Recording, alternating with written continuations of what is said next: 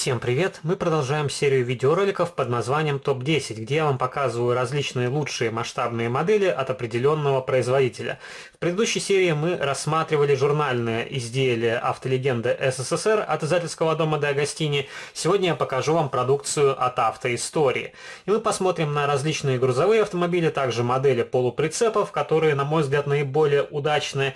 И, конечно, здесь все сугубо индивидуально. Я показываю те модели, которые есть в моей коллекции. У меня собраны далеко не все грузовики, легковушки, которые выходили у этого бренда, и поэтому покажу то, что есть. И вы в комментариях можете написать, а какой у вас топ-10 и какие грузовики, на ваш взгляд, наиболее удачные у костромских брендов «Автоистория», SSM, АВД Models и так далее. И первый грузовик, с которого мы начнем, это ЗИЛ-157. Модель мне досталась по очень хорошей цене, дешевле 1000 рублей, на нее была акция, и этот грузовик, на мой взгляд, очень удачный. И после небольшой доработки он отлично будет смотреться на вашей полке. У грузовика металлическая кабина, пластиковая рама и пластиковый кузов. Модель окрашена в бежевый песочный цвет.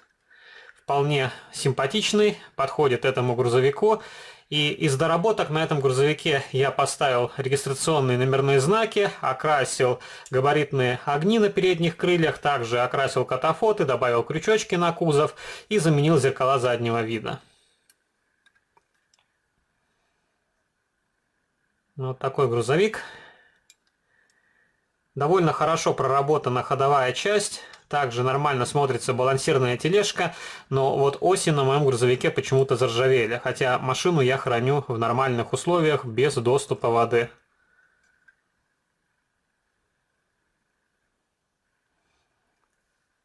Вторая модель — это еще один ЗИЛ, только модификация 130.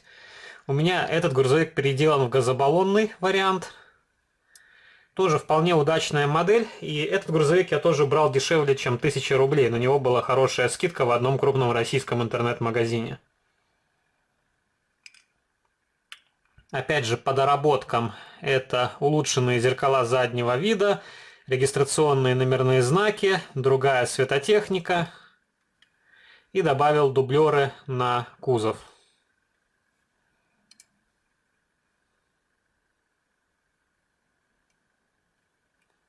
И к удачным моделям можно отнести все 130-е семейство у «Автоистории». И, конечно, сейчас эти модели уже хуже, и износилась пресс-форма, и на последних вариантах, которые выходили в наборах АВД Models, я заметил то, что уже неправильно получилось остекление. А здесь оно еще более-менее нормальное.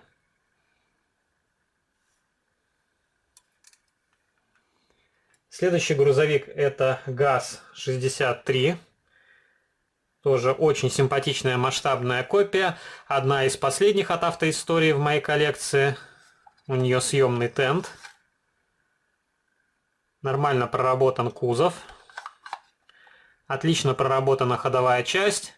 И по уровню детализации эта модель ничуть не хуже, чем аналог от Start Scale Models. Вариант от SSM я тоже демонстрировал на своем канале. Кому интересно, можете найти старый видеоролик. Здесь поставил регистрационные номерные знаки желтого цвета.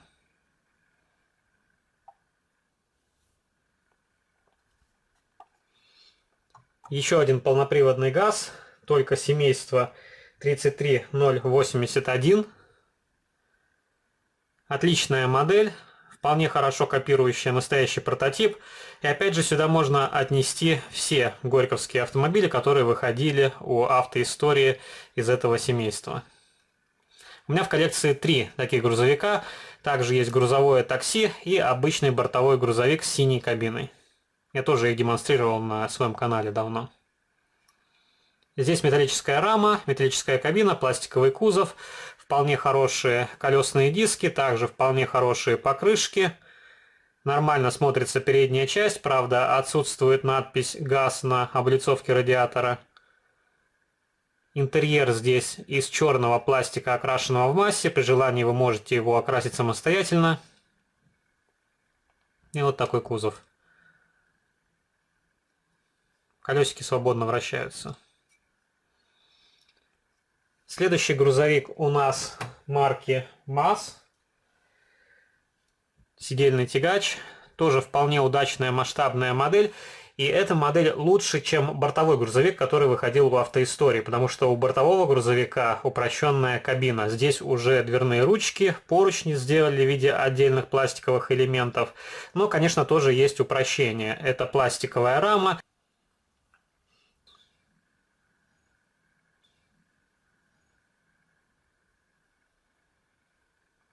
Запаски я немножко модифицировал, поставил харьковскую резину.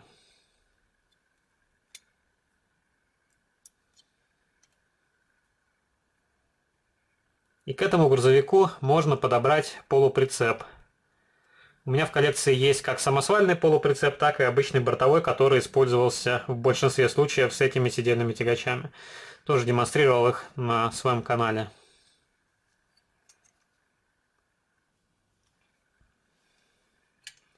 Модель под номером 6 это еще один МАЗ, только самосвал.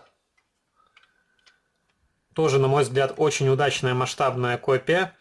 И вообще семейство супермазов у автоистории я считаю одним из лучших по соотношению цена-качество.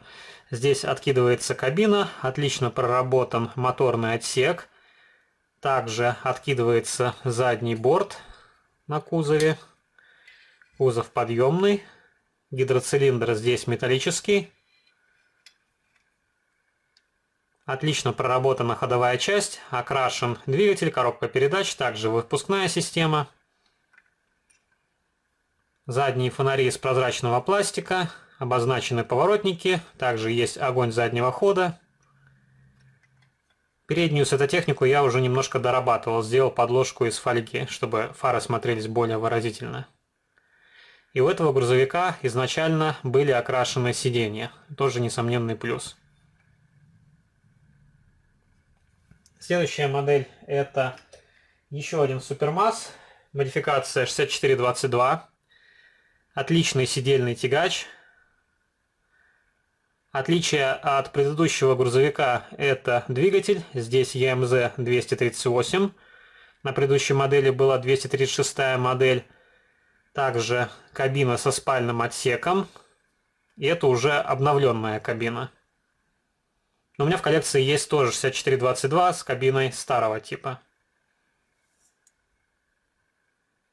Здесь зачернил отверстия на колпаках и также добавил подложку из фольги на осветительную технику, чтобы фары смотрелись более выразительно. Рабочее седло.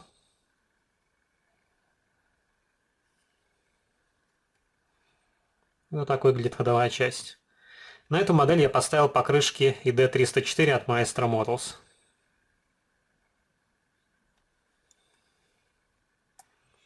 Также покажу вам еще один сидельный тягач. Военный КАМАЗ. Тоже отличная модель от автоистории. И она продается в коробочках ПАО КАМАЗ. Но это автоистория, еще раз повторюсь.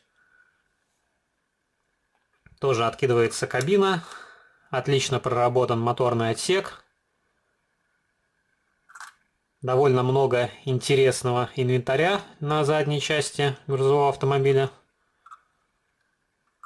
Рабочее седло. И к этому грузовику у меня нету подходящего полуприцепа.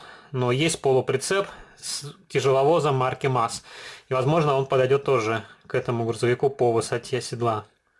Напишите в комментариях, какой полуприцеп сюда наиболее подходящий. У автоистории были полуприцепы-тяжеловозы, но не удалось приобрести их в свою коллекцию. И когда будет возможность приобрести, я не знаю. Вот так проработана ходовая часть, тоже окрашена выхлопная труба, а двигатель и коробка передач черного цвета. Модификация здесь КАМАЗ 65225. И последние две масштабные копии это полуприцепы. Один полуприцеп марки МАЗ, самосвальный, тоже очень симпатичная модель. Металлический гидроцилиндр. Откидывается задний борт. Здесь я поставил покрышки от Maestro Models. Других доработок не делал. И отличий от модели полуприцепа в коробочке SSM практически нет. Только отличается цвет кузова, цвет рамы и то, что модель от SSM идет в пластиковом дисплей-кейсе. И последняя модель — это полуприцеп Nefas. Тоже одна из свежих новинок в моей коллекции. Давайте уберем грузовички, чтобы они нам не мешали, потому что полуприцеп довольно большой. Тогда он поместится на стол.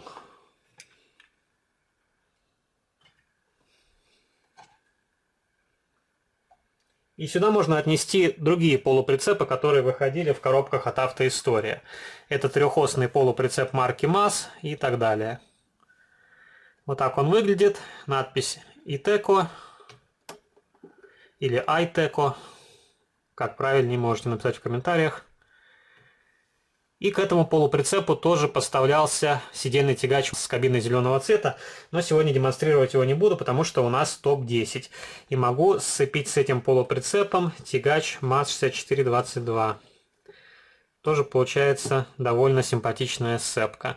Пишите ваши комментарии, что вы думаете о продукции Автоистория. Какой, по вашему мнению, грузовик наиболее удачный у этого бренда? Если вам понравился данный видеоролик, не забывайте поддержать его лайком. Вступайте в мои группы в социальных сетях, ВКонтакте и Фейсбуке. Жмите на колокольчик и можете заглянуть на мой второй канал, там тоже выкладываются видеоролики на масштабные модели из моей коллекции. А на сегодня это все. До новых встреч. Пока.